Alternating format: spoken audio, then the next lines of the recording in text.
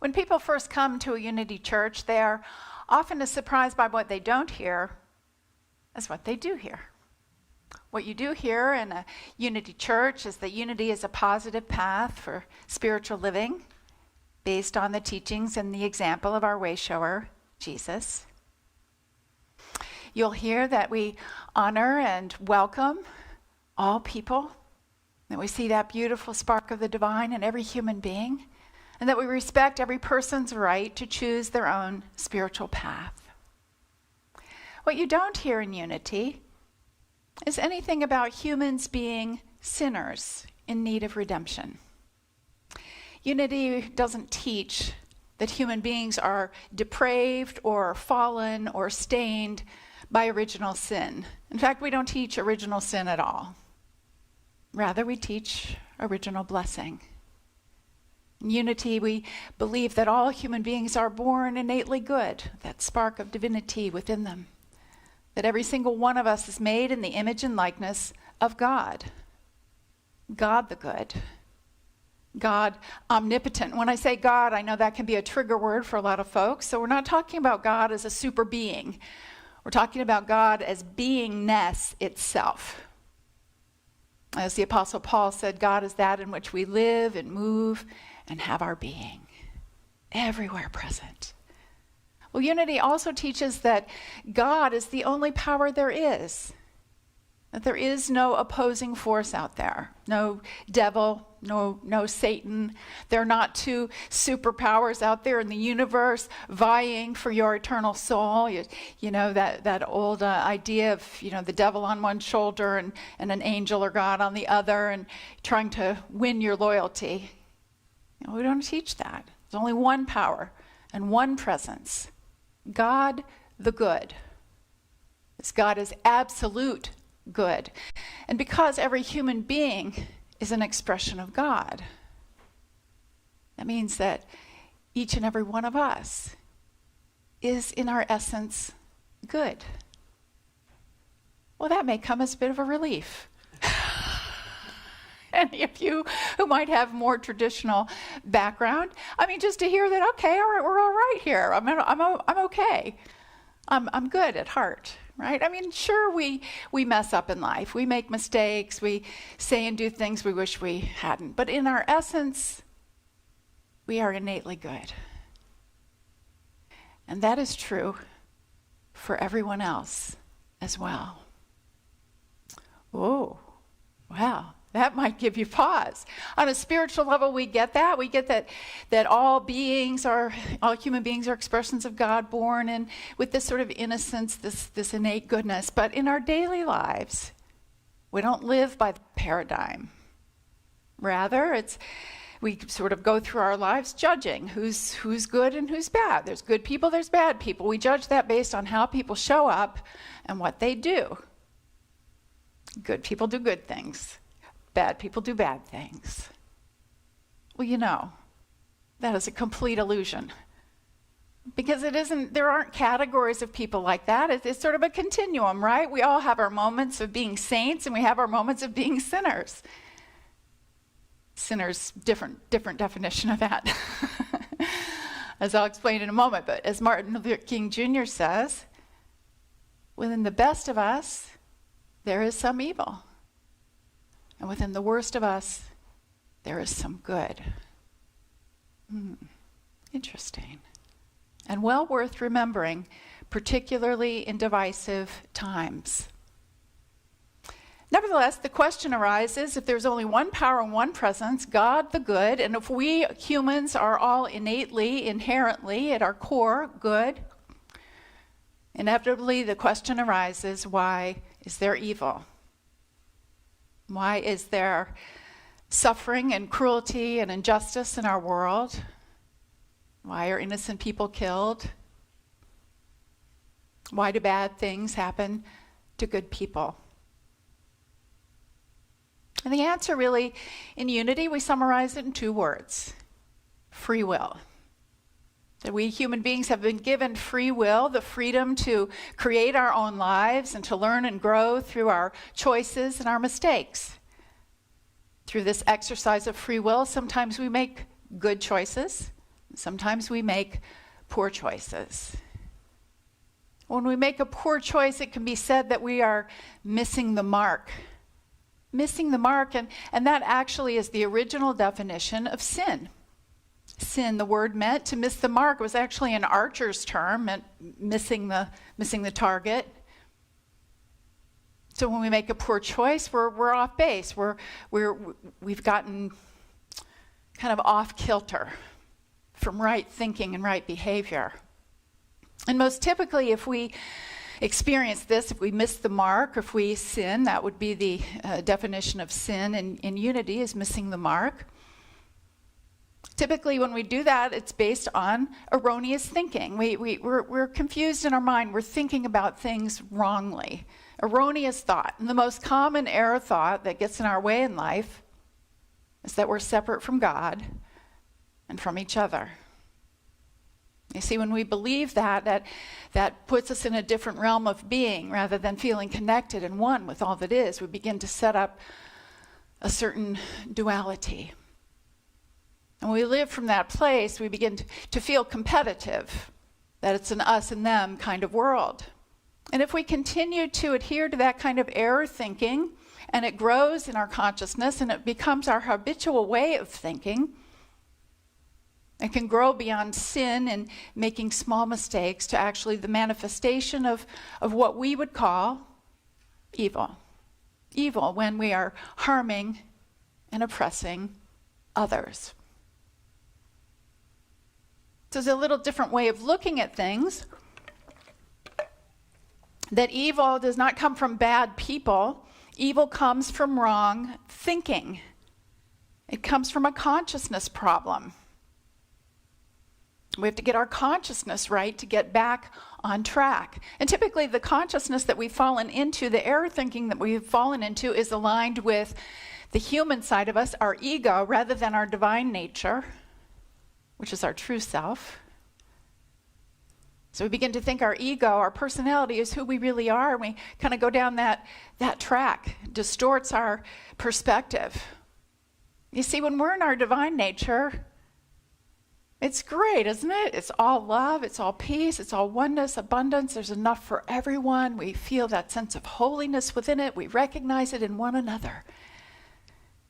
But as we begin to be more driven by what the ego tells us, the ego being very fear-driven, very scarcity-oriented and competitive, if we begin to internalize that, we start to believe these stories. Stories that actually sort of block us from the light and the love and the peace that is God. The ego can pump us up. You know that. Ego can get us all thinking we're the best thing ever, and other people not so much. The ego can change the way we see things, and it can even cause us to feel justified or righteous in harming or oppressing others.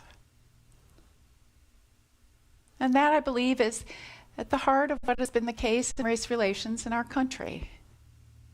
It's coming from a very wrong, and I would even say toxic way of thinking that is aligned more with ego and competition and scarcity than with the truth with a capital T. Franciscan friar and a wonderful author, Richard Rohr, says this. He says, the ego believes the lie that there isn't enough to go around, and that for me to succeed or win, someone else must lose. We call that a zero-sum game. And so we've greedily supported systems and governments that work to our own advantage at the expense of others. Most often people of color or any highly visible difference. The advancement of the white person was too often at the cost of other people not advancing at all. And he goes on to say this, and this actually resonated personally with me. For a long time, I naively hoped that racism was a thing of the past. Those of us who are white have a very hard time seeing that we constantly receive special treatment because of social systems built to prioritize people with white skin. This systemic white privilege makes it harder for us to recognize the experiences of people of color as valid and real when they speak of racial profiling, police brutality, discrimination in the workplace, continued segregation in schools, lack of access to housing, and on and on. This is not the experience of most white people, so how can it be true? Now we are being shown how limited our vision is. We are being awakened. And as we begin to see how limited our vision is, that can be a hard thing to take in. For those of us who are white, to really get this, to open up and realize what's been going on, or how perhaps in some unknown way, maybe in our own ignorance, we might have contributed to it, creates a tremendous amount of guilt and shame. Well, how do you feel when you feel guilty and shameful? You want to run from it. You don't want to feel that way. Makes you feel bad about yourself, right? And so in reaction to that, what seems to be happening is, this feeling inside, at least some people are then trying to get rid of those feelings by denying that there's a problem, by deflecting and trying to focus on something else so we don't have to really sit with this, or projecting onto other people. I'm not the problem. They're the problem. Like, let me talk about you. Let me talk about someone else out there, rather than opening up into my own heart to see what I need to learn. You see, we want to run from that pain, and I get that. I have compassion around that. What we really get to a lot of times in our own whiteness as we deal with this is kind of bottom line feeling, but I'm a good person. I'm a good person. Brene Brown has the perfect way of reframing that. She says this: I'm a good person, but I can be a better one. And that's the point. This is truly, in my heart, this is what I hope is the direction we go in this country through these discussions. As we process, as we create a new future together, that we don't move in the direction of more hate and division and entrenchment, but rather that we really seriously move into a new phase of self-realization and understanding. All of us, particularly the white population, but really all of us, are being invited to do some serious introspection and to check in with what's really true in our own hearts. And for those of us who may have been oblivious or have not seen this before, it's a time for us to really seriously look at ourselves and say, is there some way that I, either knowingly or unknowingly, am contributing to injustice, inequality, racism? Is there some way I need to change, so that then we take it into our own hearts and we're willing to do our own work? That, I believe, is where the change really happens. And that's the most important change that's needed right now. There's a wonderful author, her name is Austin Channing Brown. She's written a book called I'm Still Here, Black Dignity in a World Made for Whiteness. And I think she asked the key question as we seek to come to grips with what is ours to do here. She says this: have you built the capacity to care more about others than protecting your own ego? And she says, anti-racism means being committed to being a better human to other humans. Absolutely love that. And truly, what could be more spiritual, right? Is that not what we're all about on the spiritual path? Being a better human, being fully expressed as God in human form, and seeing that beautiful expression in one another. It's a spiritual work. And it's what Jesus taught. Absolutely. We talk about how Jesus had that incredibly beautiful ability to see the innate goodness and the divinity in all people, even those who were oppressed, downtrodden, cast aside. He saw that spark in them. And he affirmed it, and he helped them see it in themselves. But he didn't stop there. He also saw it in the so-called enemy. He also saw the divine spark in people who might have been considered adversaries, because he came from a whole different level. And this is such an incredibly powerful and also very challenging spiritual practice. But I feel that it is absolutely essential. You know, Martin Luther King Jr. followed this so much in his leading of the civil rights movement. And what he said was this: we have to separate the deed from the doer. Separate the deed from the doer. He said we rise to the position of loving the person who does the evil deed while hating the deed he does. The more you respect the humanity of your opponent, the more effectively you can oppose his or her injustice. And he says this: redemption is always possible through the power of love. King said, God's forgiving love can burst like a flare even in the night of our grief and hatred, and free us to love.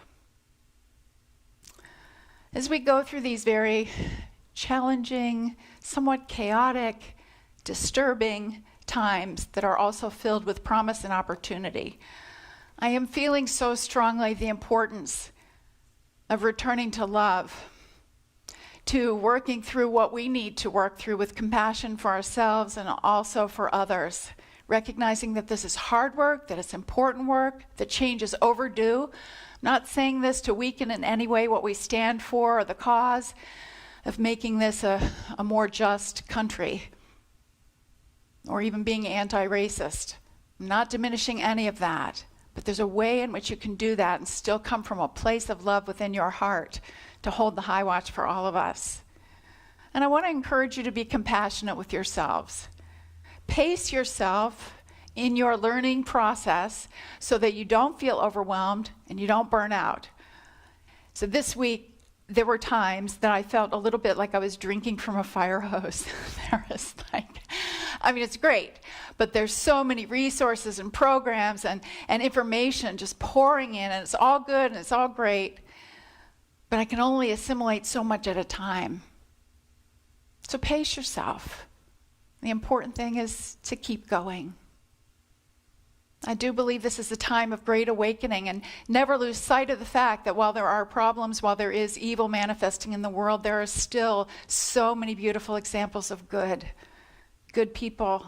Well, we're all good people at heart, but good things happening as people come together. A new solidarity, a new unity, a new oneness, a new shared vision of what is possible. So let's go there together. Let's do that in unity with one another, compassionately, but also with conviction and courage. Remembering always that each of us is a good person, but we can be better. We can be better, and it's time. With that, I'd like to share a little video that I brought today to give you an opportunity to sort of reflect on what's going on within you. As you watch it, I'd like you to notice what resonates. I'd like you to notice if anything sort of triggers you, if anything sends you into a place of judgment or differentiating between good and bad. And if that happens, be compassionate with yourself and ask the question, hey, what's that about? What can I learn here? So here we go.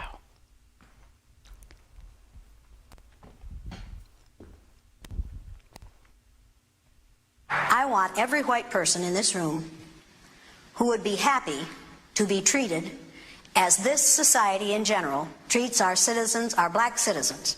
If you, as a white person, would be happy to receive the same treatment that our black citizens do in this society, please stand. You didn't understand the directions. If you white folks want to be treated the way blacks are in this society, stand. Nobody's standing here. That says very plainly that you know what's happening. You know you don't want it for you. I want to know why you're so willing to accept it or to allow it to happen for others. So I got a chance to watch this video of George Floyd being murdered on the streets of Minnesota. Yeah, murdered. And we have an obligation as good officers to speak out against the bad. We have an obligation, and we owe it to the public and to the other officers in this country that are out here actually trying to do good, actually trying to protect and serve with honor. And if you stay quiet and don't speak out against it because you're fear of judgment, you're complicit in the behavior, the disgusting behavior. It's time that we take these bad officers and speak out against them and start holding them accountable and hold them to the same laws that we expect citizens to abide by. They're not above it, and it's time that good officers start speaking out and stopping it. We got to change this. We got to break these barriers and these walls, and we got to do what we can as police officers. So 5 years ago, I did a traffic stop where a young man thought I was going to hurt or kill his dad because of the color of his skin. And that broke my heart. And from that moment on, I decided to change the way I do policing. I let them see who I am underneath this vest and who I am underneath this badge, so the innocent people don't have to fear me anymore, because that's not what we signed up for. So I challenge the other law enforcement officers. Get out of your car and get to know the people you protect. We're here to show solidarity and unity. Church groups, families, and business owners came together to remove the debris of last night's destruction. What started as a peaceful protest devolved into chaos and rioting. Local businesses attacked for no reason. We are all saddened and probably angry to some extent.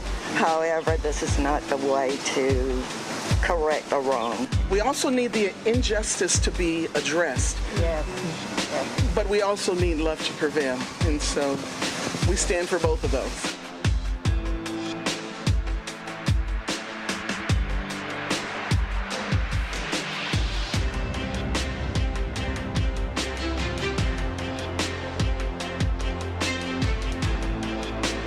You guys won't believe this video. So a CHP officer gets called to the DMV office based on a disturbance report. When he gets there, he realizes the only confusion is this woman is deaf and she's having trouble ordering her ID.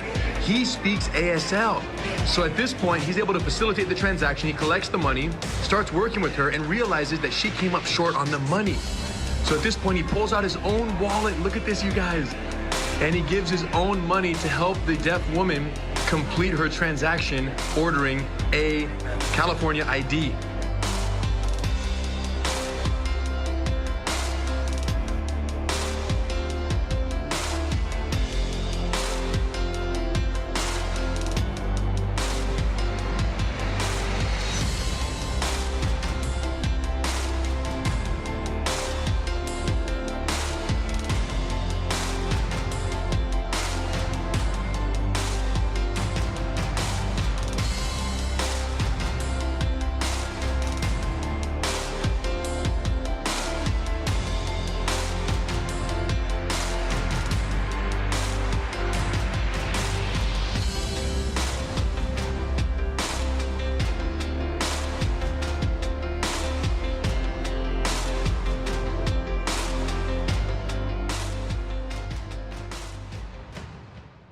Video came from Spirit Works, Center for Spiritual Living, Senior Minister Cliff Rubin. They produce a lot of fabulous videos like this. So thank you, Cliff. Yeah, beautiful. Yeah, thank you to Cliff Rubin.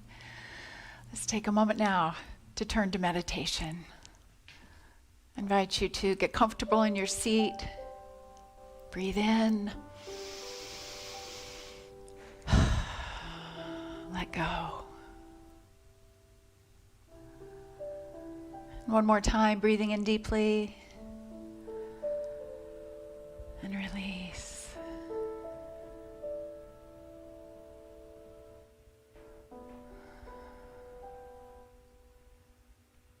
Feeling in this moment the sweet presence of spirit in your own heart.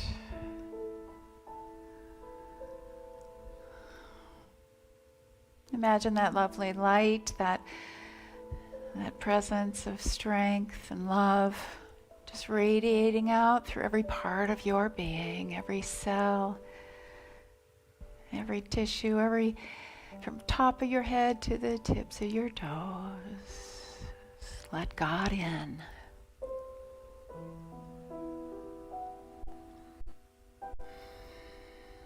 Appreciating for this moment the sanctity and perfection of your own spiritual journey. how this inner light within has guided you already through so many changes and challenges, through your times of waking up, your times of slipping back, your times of learning and growing. When you've missed the mark, something has helped you see the light.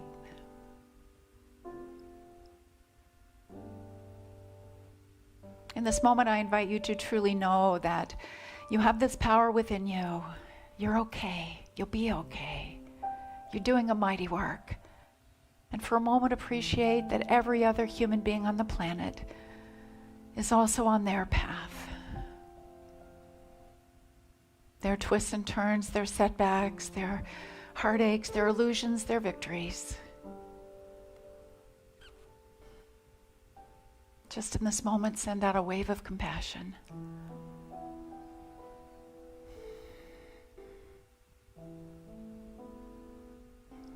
I invite you to settle into this release, this feeling of unity and oneness, of all of humanity moving together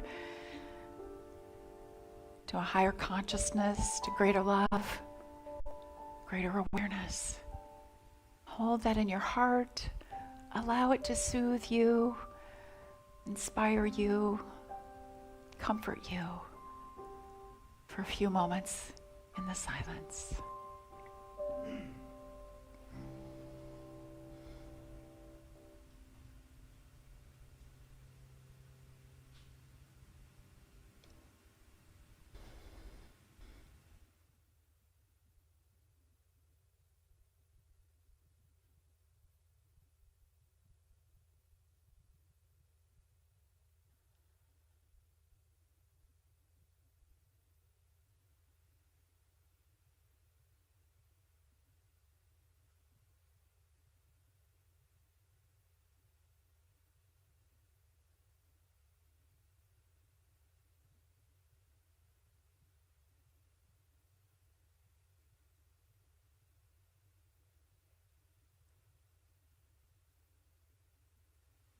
We take a moment to remember that from the hardest times in our lives, from the most difficult times, come the biggest breakthroughs.